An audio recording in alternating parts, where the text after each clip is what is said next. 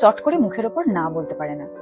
কোন একটা কাজ করাটা ঠিক হবে না জেনেও উল্টো দিকের মানুষটা তাকে খুব জোরাজুরি করছে বলে সেই কাজটা করে ফেলে এবং তারপরে নিজেও ভাবে যে এই কাজটা হয়তো করা ঠিক হলো না। কেউ আপনার সম্পর্কে নেগেটিভ কোনো একটা কথা বললে ভীষণ রাগ হয়, কষ্ট হয় এবং চট করে ভুলতে পারেন না।